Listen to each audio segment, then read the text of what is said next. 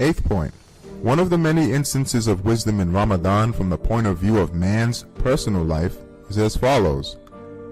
It is a healing physical and spiritual diet of the most important kind. When man's instinctual soul eats and drinks just as it pleases, it is both harmful for man's physical life from the medical point of view, and when it hurls itself on everything it encounters without considering whether it is licit or illicit, it quite simply poisons his spiritual life. Furthermore, it is difficult for such a soul to obey the heart and the spirit. It willfully takes the reins into its own hands, and then man cannot ride it, it rather rides man. But by means of fasting in Ramadan, it becomes accustomed to a sort of diet. It tries to discipline itself and learns to listen to commands.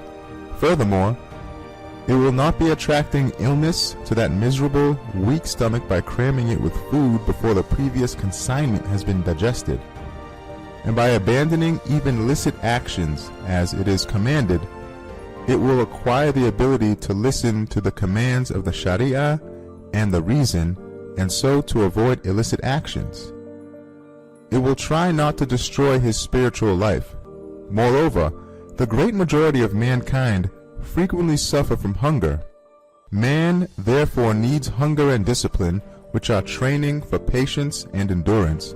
Fasting in Ramadan is patient endurance of a period of hunger that continues for 15 hours or for 24 if the pre-dawn meal is not eaten, and it is a discipline and a training.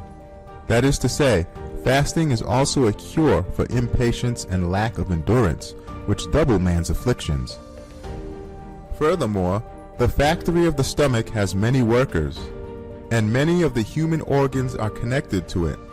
If the instinctual soul does not have a rest from activity during the day for a month, it makes the factory's workers and those organs forget their particular duties.